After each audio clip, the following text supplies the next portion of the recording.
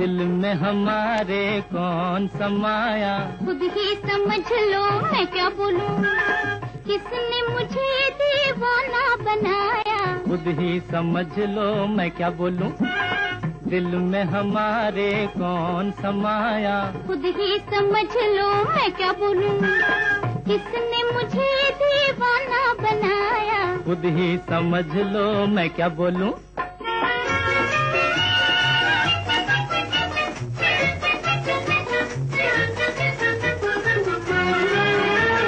मेरी नजर से मिलते ही क्यों तेरी नजर झुक जाती है। मेरी नजर से मिलते ही क्यों तेरी नजर झुक जाती है। तेरी नजर से शर्मा कर कुछ कहने से रुक जाती है। हमसे ये कहना चाहती है क्या। खुद ही समझ लो मैं क्या बोलूं, दिल में हमारे कौन समाया। खुद ही समझ लो मैं क्या बोलूं, किसने मुझे दीवाना बनाया। खुद ही समझ लो मैं क्या बोलूं।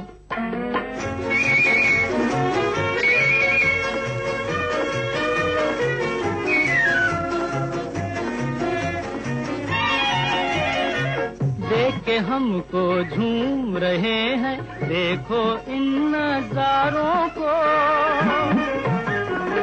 देख के हमको झूम रहे हैं, देखो इन नजारों को। सामने जब हो सूरत तुम्हारी, देखे कौन बहारों को। ऐसी रुत का क्या है इशारा। खुद ही समझ लो मैं क्या बोलूं, दिल में हमारे कौन समाया। खुद ही समझ लो मैं क्या बोलूं, किसने मुझे दीवाना बनाया। खुद ही समझ लो मैं क्या बोलूं, दिल में हमारे कौन समाया। खुद ही समझ लो मैं क्या बोलूं। आज के भूले बिसरे गीत प्रोग्राम के इस एपिसोड में हम आपके लिए लेकर आए हैं एक्ट्रेस उषा किरण पर फिल्माए कुछ नगमे। ये सिलसिला अभी जारी रहेगा एक छोटे से ब्रेक के बाद।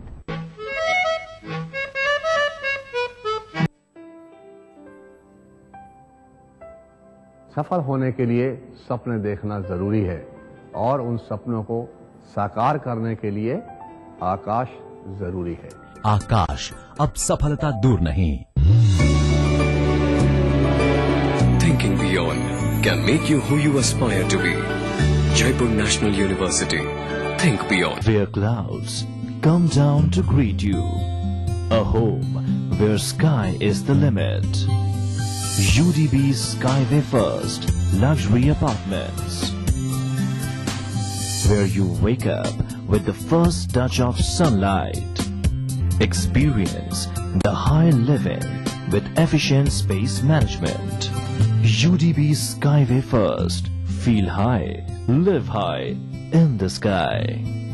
Coming soon, UDB Skyway 2nd and UDB Skyway 3rd. विशेष पेंशन महाअभियान शिविर 30 अप्रैल से 31 मई 2013 तक। पात्र व्यक्तियों को शिविर में ही आवेदन और स्वीकृतियाँ। विशेष पेंशन महाअभियान शिविर के अंतर्गत वृद्धावस्था, विधवा, परित्यक्ता, तलाकशुदा के लिए पेंशन की पात्रता की आय सीमा को 48,000 रूपए वार्षिक कर दिया गया है। विशेष योग्य जनों के लिए पेंशन पात्रता की आय सीमा को 60,000 रूपए वार्षिक कर दिया गया है। मुख्यमंत्री असहाय पुनर्वास योजना अंतर्गत शिविरों में चयनित बेसहारा एवं अत्यंत दयनीय स्थिति में रहने वाली महिला या पुरुष को 2,000 रूपए की एकमुश्त आर्थिक सहायता। अब परिवार में 25 वर्ष से कम आयु के पुत्र होने की शर्त भी समाप्त। पेंशन के पात्र होंगे परित्यक्ता महिला, तलाकशुदा, विधवा, वृद्धजन, बीपीएल, स्टेट बीपीएल, विशेष योग्य जन, अंत्योदय परिवार, सहरिया, कथौड़ी, खैरवा जाति के लोग, आस्था कार्डधारी परिवार, छोटे कद वाले बौने वयस्क आदि। शिविर में आवेदन पत्र निःशुल्क उपलब्ध होंगे। प्रार्थी की फोटोग्राफी की व्यवस्था भी। राजस्थान सरकार सहयोग की भावना के साथ सामाजिक न्याय एवं अधिकारिता विभाग द्वारा जनहित में प्रसारित।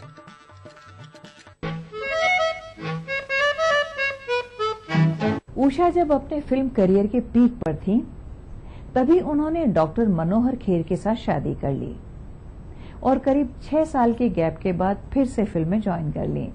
उनके बेटे अद्वैत खेर एक फेमस मॉडल रहे और उनकी बेटी तन्वी आजमी है, जिन्होंने शबाना आजमी के भाई बाबा आजमी के साथ शादी की। उषा अपने अंतिम दिनों तक हैप्पीली मैरिड रहीं।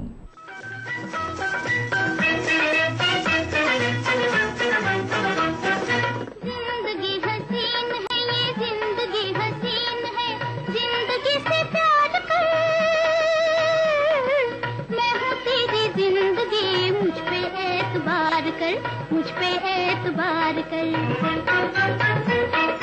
जिंदगी हसीन है ये जिंदगी हसीन है, जिससे प्यार कर। मैं हूँ तेरी जिंदगी, मुझ पे एतबार कर, मुझ पे एतबार कर।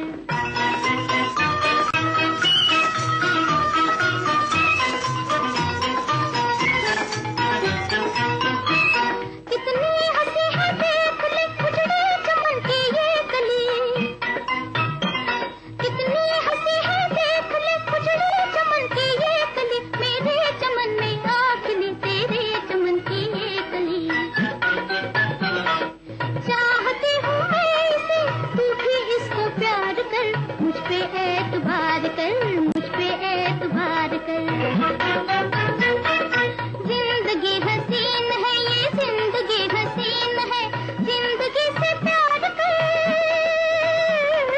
मैं हूँ तेरी जिंदगी, मुझ पे एतबार कर, मुझ पे एतबार कर।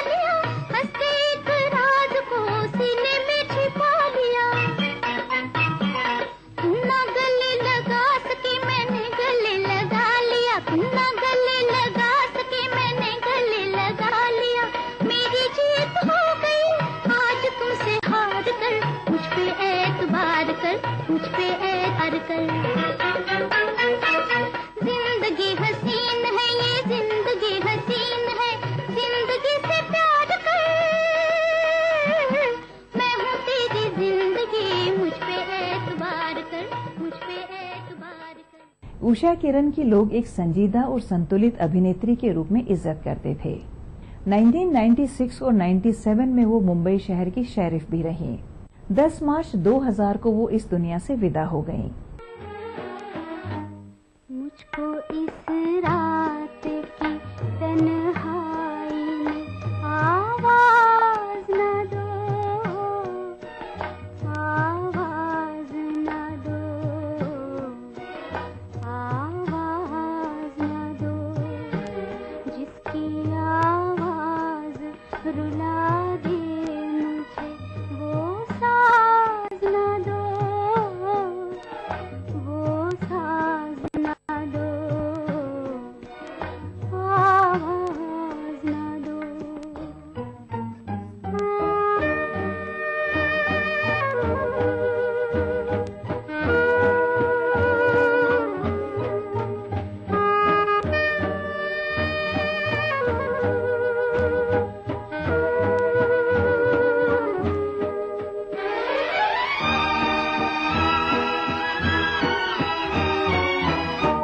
मैंने अब तुमसे न मिलने की कसम खाई है, क्या खबर तुमको मेरी जान पे बन आई है।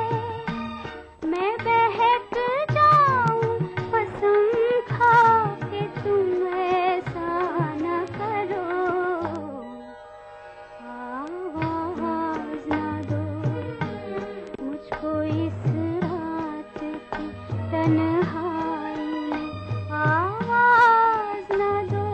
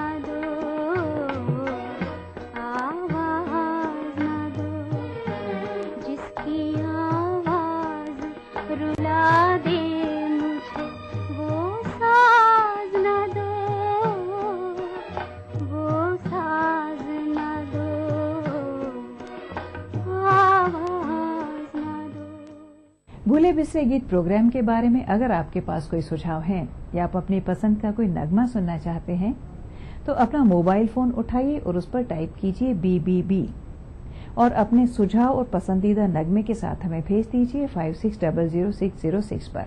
अगर आप हमें लिखना चाहते हैं तो हमारा पता है। उम्मीद करते हैं एक्ट्रेस उषा किरण पर बनाई खास एपिसोड आपको पसंद आया होगा।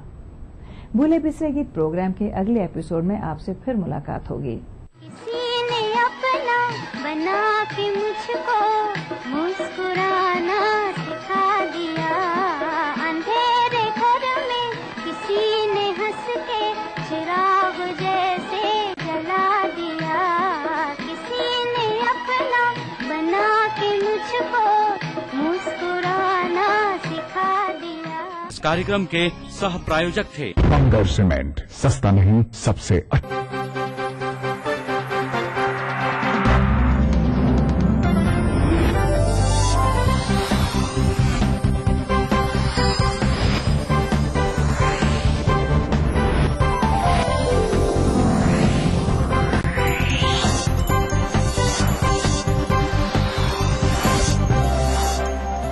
देख रहे हैं ETV राजस्थान।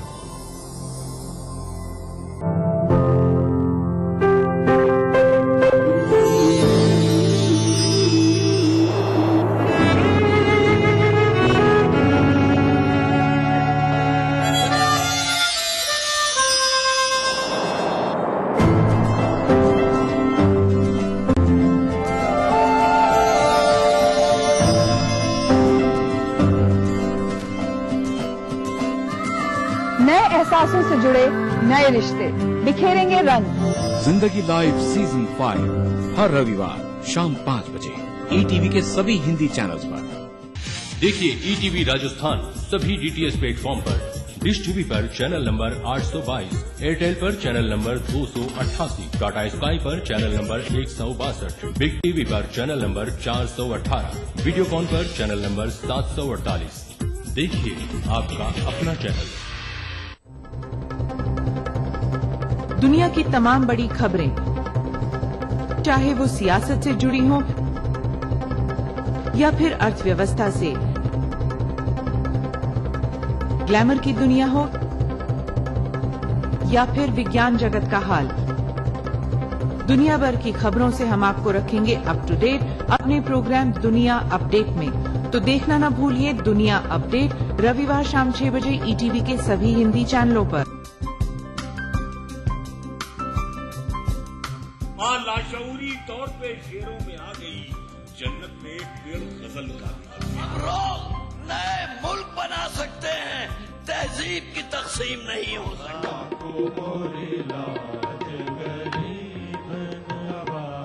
कृपा करो महाराज महफिल शनिवार रात 11 बजे ETV के सभी हिंदी चैनल्स पर।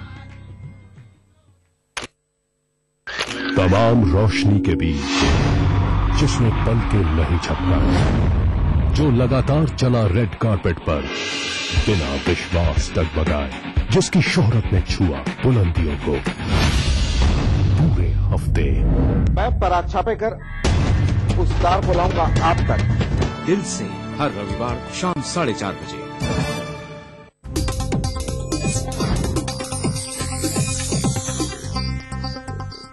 इस न्यूज के सह प्रायोजक हैं मेलाज स्किन क्रीम, एली फार्मास्यूटिकल्स द्वारा निर्मित।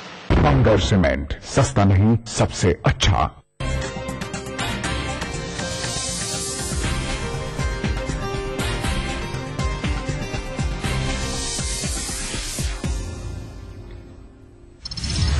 दिल्ली में बच्ची से रेप का आरोपी मनोज गिरफ्तार। बिहार में मुजफ्फरपुर से पुलिस ने दबोचा नकारापन और बेशर्मी के बाद पुलिस के 3 अधिकारी निलंबित। आडवाणी के आवास पर एनडीए की बैठक आज। भाजपा जदयू के रिश्तों पर होगी चर्चा। बजट सत्र के दूसरे चरण को लेकर भी मंथन। कांग्रेस की संदेश यात्रा का चौथा चरण आज वागड़ अंचल से होगा शुरू। प्रदेश में 5000 से ज्यादा राजीव गांधी केंद्रों का होगा उद्घाटन। केंद्रीय कॉर्पोरेट राज्य मंत्री सचिन पायलट आज से प्रदेश के दौरे पर। दूदू में करेंगे 132 kV GSS का लोकार्पण। और उदयपुर के मादड़ी औद्योगिक क्षेत्र में प्लास्टिक बारदाना गोदाम में लगी भीषण आग, 30 लाख का सामान खाक।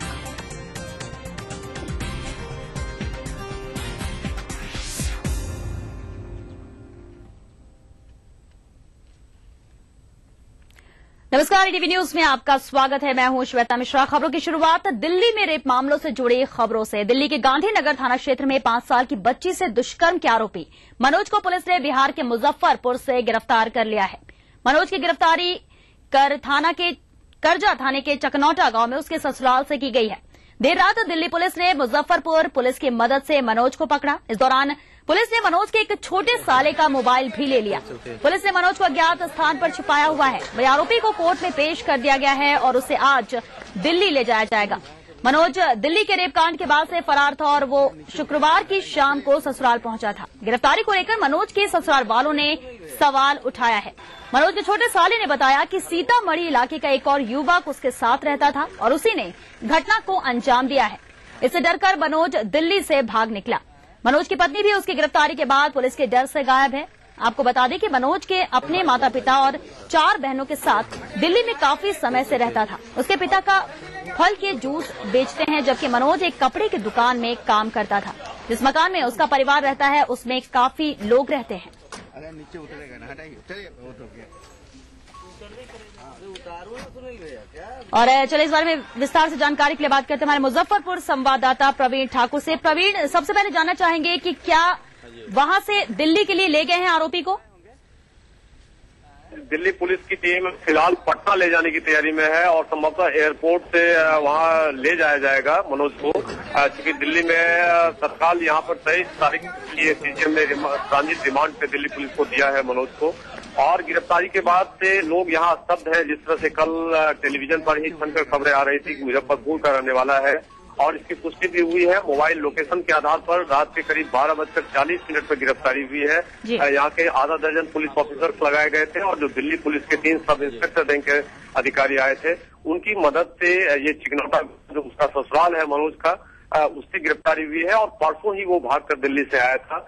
कहा यह भी जा रहा था कि जो दूसरे सहयोगी है वो भी मुजफ्फरपुर का रहने वाला है या फिर सीतामढ़ी के आसपास का, लेकिन यहाँ के एसएसपी ने साफ तौर पर कहा है कि दिल्ली पुलिस तत्काल मनोज को वापस लेकर दिल्ली जाएगी और जो दूसरे उसके सहयोगी की बात है उसे एसएसपी ने सिरे से खारिज किया है।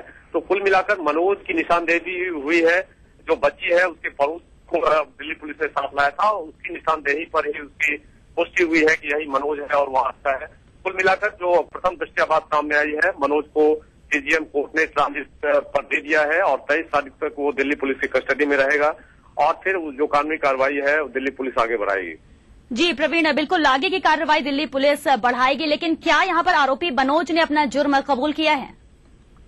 जी देखिए, पुलिस ने काफी इस मामले में मीडिया से बीच बचाव करते रहे और काफी मुश्किल के बाद हम लोग विजुअल भी उसका ले पाए हैं। पुलिस चाह रही थी कि गुपचुप तरीके से उसे कोर्ट में पेश करने के बाद वापस दिल्ली पुलिस को दे दिया जाए। यही कारण है कि यहाँ की पुलिस सीजीएम आवास पर मनोज को ले गई अगले सुबह तकरीबन 5:45 बजे, लेकिन चूंकि मॉर्निंग कोर्ट था तो वहीं पर सुनवाई भी हो गई और सीजीएम ने ट्रांजिट रिपोर्ट की अनुमति भी दे दी है।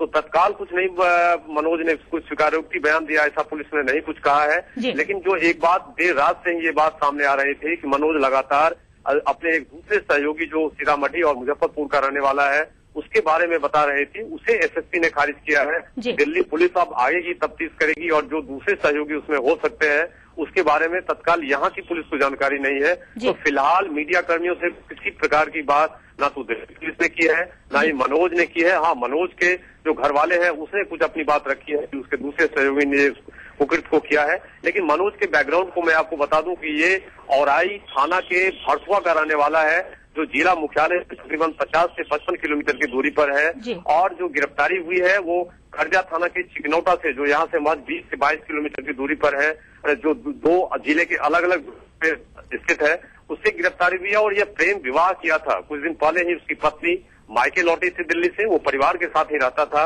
और उसके बाद इस घटना की बात सामने आई है। तो फिलहाल मीडिया या पुलिस या फिर दिल्ली पुलिस किसी की भी बात मीडिया के समक्ष नहीं आया है मनोज की भी बात, इसलिए अब दिल्ली पुलिस ही पूछताछ करेगी और आगे की बात कानूनी जो पहलू है उसे आगे बढ़ाएगी। लेकिन जो बच्ची है उसके परिजन ने जो आसपास के एक परिचित थे, जो पड़ोसी थे, उसे दिल्ली पुलिस लाई थी। उसने प्रथम दृष्टया पहचान किया है कि यही वो शख्स मनोज शाह है जिसने इस घटना को अंजाम दिया है। जी प्रवीण, बहुत बहुत शुक्रिया आपका इस तमाम जानकारी के लिए। तो आज सुबह ही सीजेएम कोर्ट में यहाँ पर पेश किया गया आरोपी मनोज को, जिसके बाद अब पुलिस वहां से उसे पटना लेकर जा रही है और इसके बाद आगे की पूरी कार्रवाई को दिल्ली पुलिस अंजाम देगी। बहरहाल यहाँ पर पुलिस ने भी मीडिया से दूरी बनाए रखी, जिससे साफ तौर पर सामने नहीं आ पाया है कि क्या मनोज ने अपना जुर्म कबूल किया है या नहीं।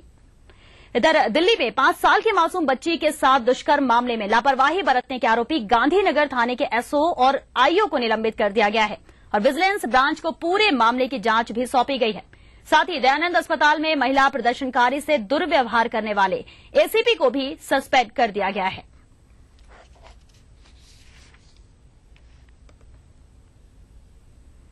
उन्होंने अपना प्रोटेस्ट जाहिर करने की कोशिश करी, खासकर स्वामी दयानंद हॉस्पिटल में जहां गुड़िया का इलाज चल रहा था।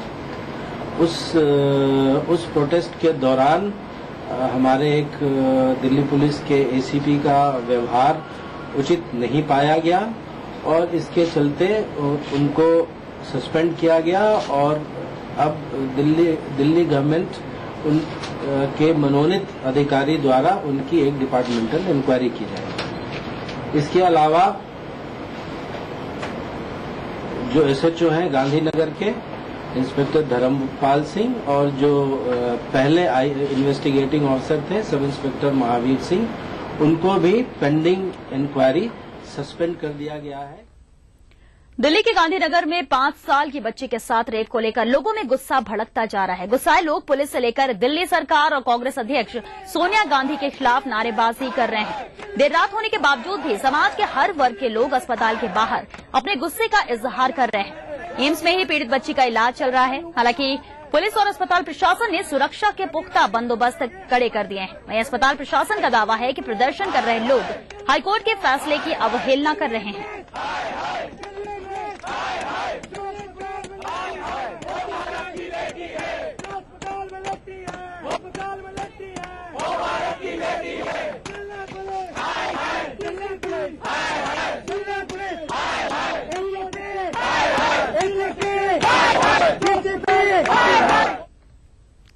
इस वक्त खबर सर मथुरा से आ रही है। धोपुरा सरपंच की हत्या के मामले से जुड़ी हुई खबर है। 3 थानों की पुलिस हालांकि मौके पर पहुंच गई है। वहीं बसेड़ी अस्पताल में ग्रामीणों की भीड़ भी उमड़ी है। मृतक सरपंच का पोस्टमार्टम कराया जा रहा है। वहीं सरपंच के गांव जटपुरा में भी पुलिस जाब्ता तैनात किया गया है। घटना को लेकर क्षेत्र में दहशत है। वहीं पीड़ित के भाई ने नामजद मामला भी दर्ज कराया है।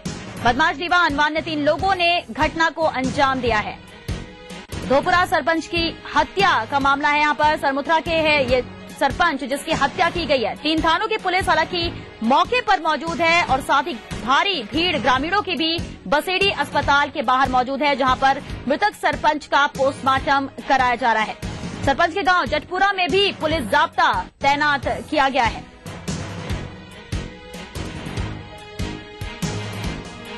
इस वक्त मृतक सरपंच का पोस्टमार्टम कराया जा रहा है। सरपंच के गांव जटपुरा में भी पुलिस जाब्ते को तैनात किया गया है। हालांकि घटना को लेकर क्षेत्र में काफी दहशत है। पीड़ित के भाई ने नामजद मामला भी दर्ज कराया है। आपको बता दें बदमाश दीवान व अन्य 3 लोगों ने इस घटना को अंजाम दिया है।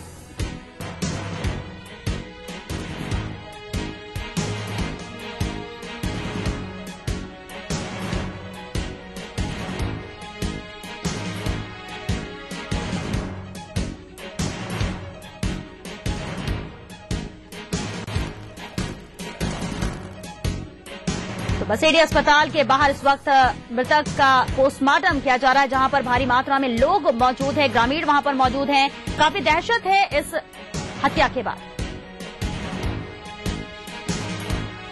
और चलिए इस बारे में जानकारी के लिए बात करते हैं स्थानीय पत्रकार अनिल वर्मा से। अनिल, मामले में जानकारी आपसे चाहेंगे, क्या पोस्टमार्टम हो चुका? जी मैडम, यहाँ पर पोस्टमार्टम कराया गया, मेडिकल बोर्ड के द्वारा कराया गया था। धोपुरा सरपंच की जो हत्या हुई है उसको लेकर के यहाँ पर क्षेत्र में काफी तनाव है। पोस्टमार्टम करा लिया गया है और उसकी डेड बॉडी को परिजनों को सुपुर्द करने की कार्रवाई चल रही। जी अनिल, पता चल पाया क्या कि आखिर कौन लोग हैं वो जिन्होंने हत्या की है और क्या वजह थी इसके पीछे? क्या कहना है परिजनों का? ये इस मामले को लेकर के यहाँ पर काफी बातें चल रही हैं, पुष्टि अभी क्लियर नहीं हुई है, पुलिस अभी पुष्टि इस बात की नहीं कर रही, पर ऐसा माना जा रहा है कि इसमें कोई आपसी रंजिश का मामला है, बदमाश है, कोई गिरोह है, दीवान गिरोह, उस गिरोह का हाथ है इसमें बताया गया है। और उन्होंने इस सरपंच के सीने पर और सिर में 2 गोलियां दागी, 5 से, यानी इसको पहले उन्होंने मारा पीटा है, मारपीट करने के बाद में और उसके सिर में गोली दी है, ये गोली उसके सीने में दी है। जी अनिल, शुक्रिया आपका इस तमाम जानकारी के लिए। तो धोपुरा सरपंच की यहाँ पर हत्या की गई है, जिसके बाद इस वक्त उनका पोस्टमार्टम जारी है। काफी दहशत है, पूरे गांव में ग्रामीण मौजूद हैं हॉस्पिटल के बाहर। वहीं हालांकि पुलिस ने अब तक कुछ साफ नहीं किया है कि आखिर हत्या किन लोगों ने की है।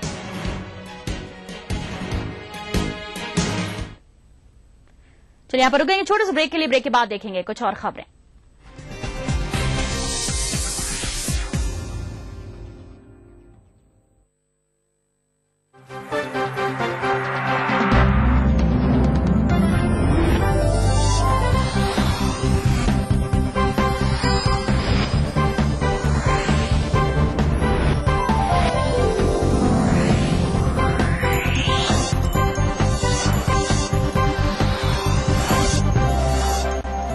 देख रहे हैं ETV Rajasthan.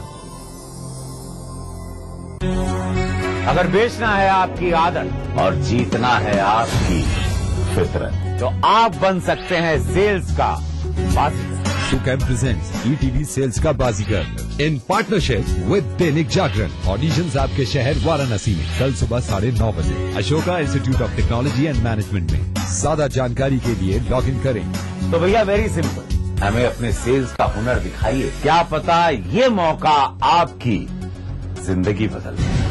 Brought to you by Sukham in partnership with Dainik Jagran in association with Liberty Food Fashion। आगे आप लोग। अच्छा चलिए मैं आपको एक हिंट देता हूँ। Most entertaining dancer. तू गा, मैं उसको ढूंढ रहा हूँ जो तेरे को यहाँ लेके आया था। The only Grammy winner from our country। और सोच रहे हो यार, मस्ती और एंटरटेनमेंट का बिग डोज। नहीं मैं देख राजस्थान बिग एंटरटेनमेंट अवार्ड्स। कौन जीतेगा यार? And the award goes to इस रविवार सिर्फ ईटीवी राजस्थान पर। Brought to you by Zafri Pan Masala, powered by Unique Builders in association with। Corporate जगत की हर हलचल हो या प्रशासनिक क्षेत्र में बदलाव या फिर बदलाव की सुगबुगाहट, ब्यूरोक्रेसी की हर खबर पर खास नजर। शुक्रवार विशेष विश्लेषण के साथ प्रधान संपादक सुरेश मेहरोत्रा होंगे रूबरू। ब्यूरोक्रेसी की बात करेंगे कि नौकरशाही दुनिया में क्या चल रहा है आज। देखिए in arrangement with whispers in the corridors, सोमवार से शनिवार न्यूज एट 9 PM। कितना समझा? पहले बॉलर का हाथ देख, फिर बॉल देख। तू बॉल ठीक जाता ना। मैंने तो कहा था इसे बैटिंग में मत दे। ये चुप रहा। भाई किसका है, मेरा या तेरा? रिश्ते कई तरह के होते हैं और हम हर एक की अहमियत समझते हैं। बैंक ऑफ इंडिया, रिश्तों की जमा पूंजी। मोहतरमा, मामा, दीदी, मामा, मियाँ।